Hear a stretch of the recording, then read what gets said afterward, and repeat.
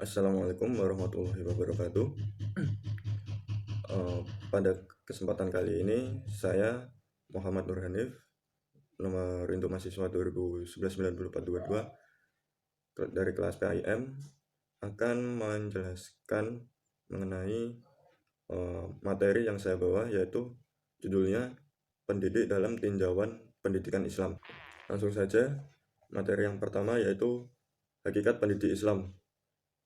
Dalam Kamus Bahasa Indonesia dinyatakan bahwa pendidik adalah orang yang mendidik. Dalam pengertian yang lazim digunakan, pendidik adalah orang dewasa yang bertanggung jawab memberikan pertolongan pada peserta didik dalam perkembangan jasmani dan rohaninya agar mencapai tingkat kedewasaan, mampu berdiri sendiri dan memenuhi tingkat kedewasaannya, mampu mandiri dan memenuhi tugasnya sebagai hamba dan khalifah Allah Subhanahu wa taala. Menurut Ramayulis, pendidikan dalam Islam setidaknya ada 4 macam.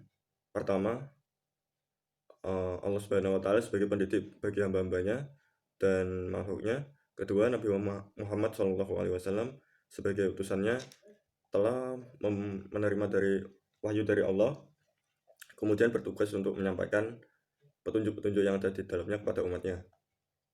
Ketiga, orang tua sebagai pendidik dalam lingkungan keluarga bagi anak-anaknya.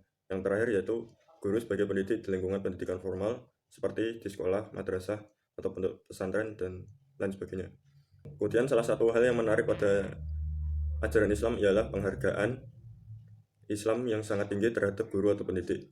Begitu tingginya penghargaan itu sehingga menempatkan kedudukan guru setingkat di bawah kedudukan Nabi dan Rasul. Sebab yang kedua yaitu perbedaan istilah antara ustadz, murabi, mursyid, mu'alim, dan mu'adib. Yang pertama yaitu ustadz. Ustadz atau sering diejak ustadz artinya adalah gelar kehormatan untuk pria yang biasanya digunakan untuk daerah-daerah muslim, yang diartikan sebagai orang yang memberikan pengetahuan kepada orang lain, baik itu secara formal yang terdapat di lembaga-lembaga sekolah maupun yang non formal yang berada di luar sekolah.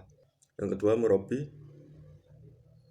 Murabi adalah orang yang mendidik dan menyiapkan peserta didik agar mampu berkreasi serta mampu mengatur dan memelihara hasil kreasinya untuk tidak menimbulkan malapetaka bagi dirinya, masyarakat, dan alam sekitarnya. Yang ketiga, mursyid. Mursyid adalah orang yang mampu menjadi model atau sentral identifikasi atau menjadi pusat anutan, teladan, dan konsultan bagi peserta didik. Mursyid sebagai penuntun jalan hidup yang benar dan betul dengan nilai dan sikap yang benar dan berperan sebagai hamba Allah Subhanahu wa taala dan khalifahnya di muka bumi. Yang keempat, mu'alim. Mu'alim yaitu orang yang menguasai ilmu dan mampu mengembangkan serta menjelaskan fungsinya dalam kehidupan, sekaligus melakukan transfer ilmu, internalisasi, serta implementasi. Yang terakhir yaitu mu'adib. Mu'adib adalah seorang pendidik yang bertugas untuk menciptakan suasana belajar yang dapat menggerakkan peserta didik berperilaku atau beradab sesuai dengan norma-norma tata susila dan sopan santun yang berlaku di masyarakat.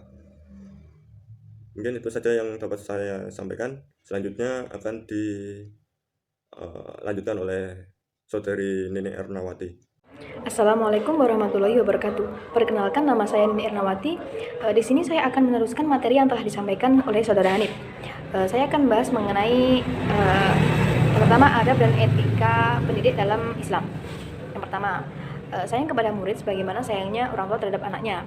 Kedua, mengikuti akhlak dan teladan Nabi Muhammad SAW.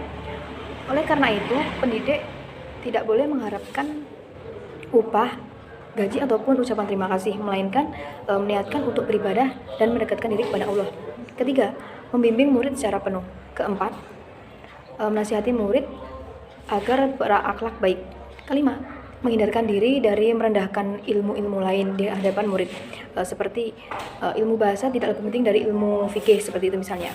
Keenam, menjaga agar materi yang disampaikan sesuai dengan tingkat kematangan dan daya tangkap siswa.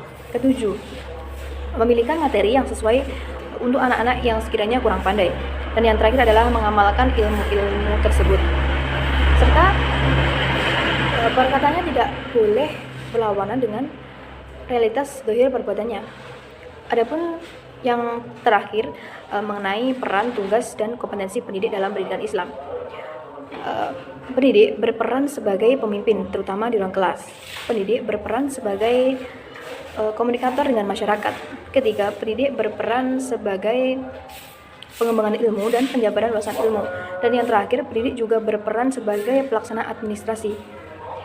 Adapun tugas-tugas dari pendidik yakni yang pertama tugas sebagai pengajar, yakni bertugas merencanakan program pengajaran dan melaksanakan program-program yang telah disusun serta mengakhiri dengan evaluasi. Kedua, bertugas sebagai pendidik, yakni mengarahkan peserta didik pada tingkat kedewasaan dan kepribadian kamil. Dan yang ketiga adalah sebagai pemimpin yang memimpin mengendalikan diri sendiri, peserta didik, dan masyarakat yang terkait terhadap berbagai masalah yang menyangkut upaya pengarahan, pengorganisasian, pengontrol, dan partisipasi atas program pendidikan yang dilakukan. Dan yang terakhir mengenai kompetensi pendidik dalam pendidikan Islam. Yang pertama, kompetensi personal religius, menyangkut kepribadian agamis, misalnya seperti kejujuran, kebersihan, ketertiban, kedisiplinan, keindahan, dan lain-lain. Yang kedua, kompetensi sosial religius. Poin tersebut menyangkut kepedulian terhadap masalah-masalah sosial yang selaras dengan agama, misalnya gotong royong ataupun tolong menolong. Dan yang terakhir, kompetensi profesional religius, yakni menyangkut kemampuan dalam menjalankan tugasnya dengan profesional. Terima kasih. Mungkin itu saja yang bisa kami sampaikan dari kelompok 4. Kurang lebihnya mohon maaf. Wassalamualaikum warahmatullahi wabarakatuh.